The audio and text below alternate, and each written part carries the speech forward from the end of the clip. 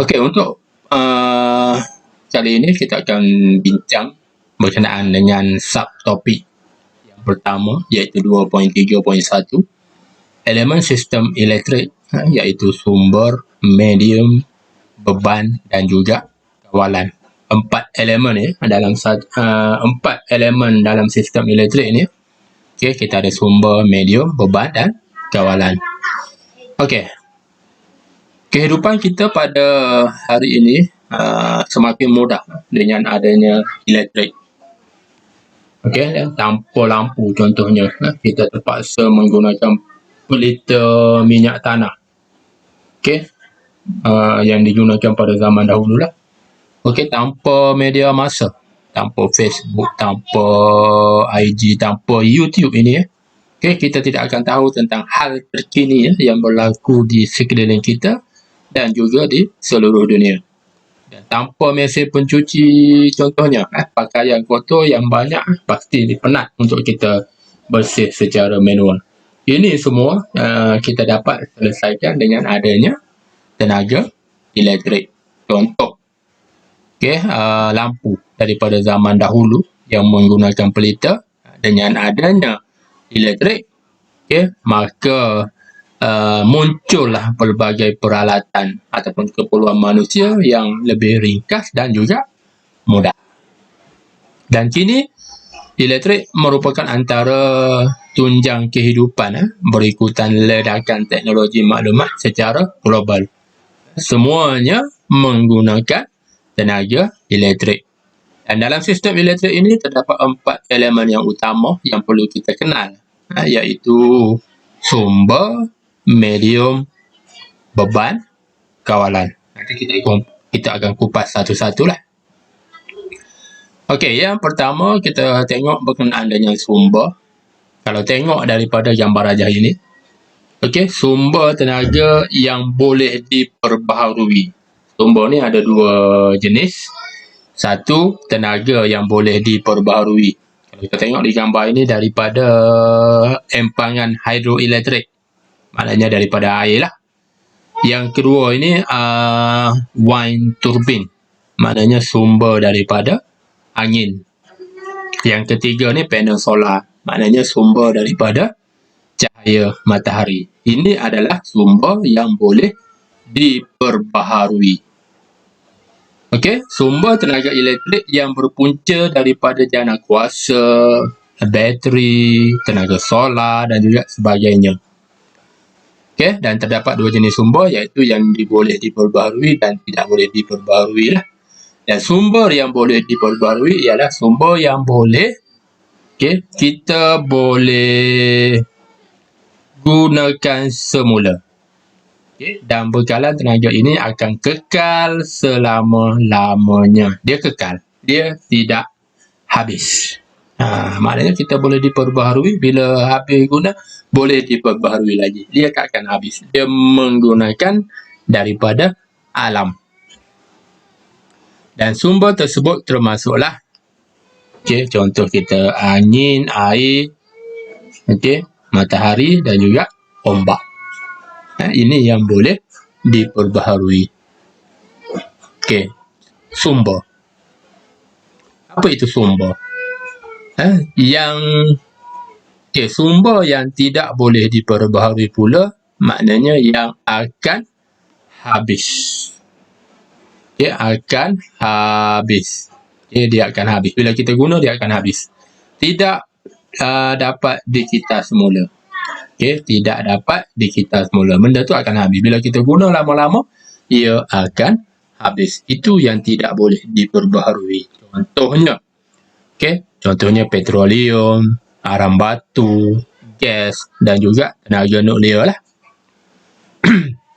Dan sumber elektrik di negara kita terhasil daripada jana kuasa tenaga hidroelektrik. Selain sumber gas dan juga arang batu. Ini yang utama di negara kita ni. Kita perolehi daripada hidroelektrik. Okey, ini merupakan proses penjanaan hidroelektrik di sebuah empangan hidroelektrik lah. Kalau kita tengok air ini berada di dua paras ketinggian yang berlainan. Okey, daripada ketinggian yang lebih tinggi sumber air masuk ini, okey, air daripada paras yang lebih tinggi akan mengalir mengikut anak panah ini, okey, mengalir ke arah yang lebih rendah. Okey, air ini akan mengalir. Pengaliran air di sini akan dipasang turbin. Okey, pengaliran air ini akan menolak, akan memusingkan, okey, akan memusingkan turbin ini. Dan turbin ini bila berpusing akan disambung kepada generator. Generator ini akan menghasilkan arus elektrik, dan generator ini disambung kepada transformer. Transformer ini fungsinya adalah untuk meninggikan, okey, meninggikan nilai voltan dan arus lah. Okey, seterusnya daripada transformer dihubungkan kepada kabel. Okey, kabel tegangan tinggi dan seterusnya dihantar ke rumah lah, rumah kediaman, ke kilang-kilang dan sebagainya. Okey, ini adalah proses penjanaan hidroelektrik daripada sebuah empangan hidroelektrik. Di negara kita banyak. Okey, kita ada empangan Bakun di Sarawak yang terbesar. Okey, di Malaysia lah. Empangan Kenyir di Terengganu, Pergau di Kelantan. Okay, bahkan di Cameron Highlands sendiri ni pun sudah ada beroperasi, tak silap saya dalam 3 tahun lepas, iaitu empangan Sultan Abu Bakar, okay, yang dah pun beroperasi. Okay, seterusnya medium. Okay, medium terbahagi kepada dua jenis, iaitu medium berwayar, maknanya yang ada wayar, dan yang kedua medium tanpa wayar, wireless. Apa itu medium? Perantara antara sumber dan juga beban. Sumber tu punca tenaga elektrik. Beban adalah peralatan. So, medium adalah perantara. Okey, perantara. Okey, perantara. Contoh dalam gambar ini, kipas ni peralatan elektrik, beban. Okey, plug ini disambung kepada punca soket lah. Okay. So, wayar ini adalah medium. Perantara antara sumber dengan beban. Dan medium berfungsi untuk mengalirkan arus elektrik. Terbahagi kepada dua, iaitu yang berwayar dan juga tanpa wayar. Kemudian yang ketiga, beban. Okay. Sebarang peralatan elektrik yang disambung pada litar elektrik untuk membolehkannya berfungsi dan beroperasi. Itu beban. Okay. Sebarang peralatan elektrik yang disambung kepada litar untuk membolehkannya berfungsi dan beroperasi. Dan beban akan menghasilkan kesan seperti kesan cahaya daripada mentol, putaran yang terhasil daripada kipas, bunyi, kalau pembesar suara, speaker akan menghasilkan bunyi. Dan beban yang digunakan menghasilkan kesan putaran daripada motor pada pengadu makanan. Contoh dalam gambar ini. Okay, pengadu makanan bermotor akan menghasilkan gerakan putaran. Dan yang keempat adalah elemen kawalan. Pengawalan arus elektrik secara selamat, iaitu secara dengan memutus dan menyambungkan litar. Contohnya switch lah, kita nak on dan nak off. Ataupun kalau kita tengok di gambar ini, okay, gambar ini menunjukkan pemutus litar automatik. Contohnya bila berlaku litar pintas, automatik litar akan di off untuk mengelakkan perkara yang tidak diingini lah. Dan kawalan elektrik ini dapat dihasilkan secara manual atau automatik. Ini contoh secara automatik. Yang manual ini contohnya iron. Kita nak tinggi dan nak rendahkan suhu. Okay. Itu adalah kawalan. Okay. Jenis-jenis arus. Arus elektrik terbahagi kepada dua, iaitu arus ulang alik ataupun disebut AU. Dan yang kedua, arus terus ataupun AT. Okey. Okey, arus ulang alik ataupun AU, sistem penjanaan dan pengagihan elektrik dari stesen jana kuasa hingga ke rumah. Ini menggunakan arus ulang alik. Dan voltan bagi arus jenis ini boleh dinaik dan diturunkan menggunakan transformer. Seperti mana yang saya terangkan dalam awal-awal tadi, proses penjanaan hidroelektrik tadi. Dan penghantaran elektrik dilakukan dalam keadaan voltan yang tinggi. Okay. Voltan yang tinggi. Okay. Voltan tinggi supaya dapat merendahkan nilai arus.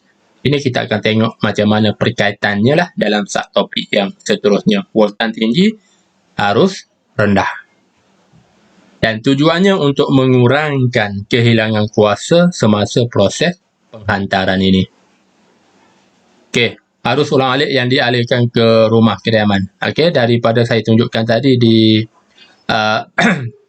proses penjanaan hidroelektrik, daripada kabel terus dihantar kepada rumah. Okey, daripada tiang berhampiran rumah dah akan masuk kepada meter. Okey, meter kilowatt jam yang merekodkan penggunaan elektrik di rumah itulah. Berkala arus ulang alik dari transformer yang telah direndahkan voltanya kepada 240 volt. Sebelum sampai ke rumah ataupun kediaman, bekalan arus ulang alik ini akan direndahkan nilai voltanya. Supaya kalau voltanya terlalu tinggi mungkin akan merosakkan peralatan elektrik di rumah lah, mengikut kesesuaian. Biasanya parahnya 240 volt.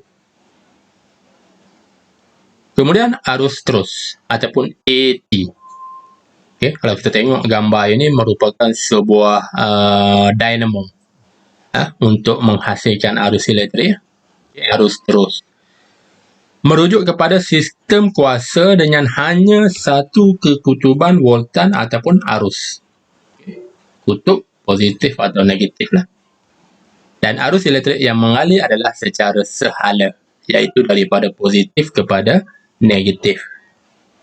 Arus terus dihasilkan daripada pelbagai sumber, contohnya bateri, sel solar ataupun panel solar. Okay, dan juga dinamo jenis komutator. Ini contoh dinamo. Dan dalam arus terus, cas elektrik mengalir dalam satu arah sahaja.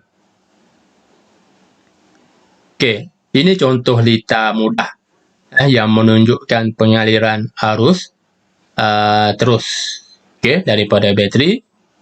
Okey, lalu ikut switch. Switch ini dalam keadaan buka. Switch dalam keadaan tutup. Ini lita tertutup. So, maknanya on. Okey, arus boleh mengalir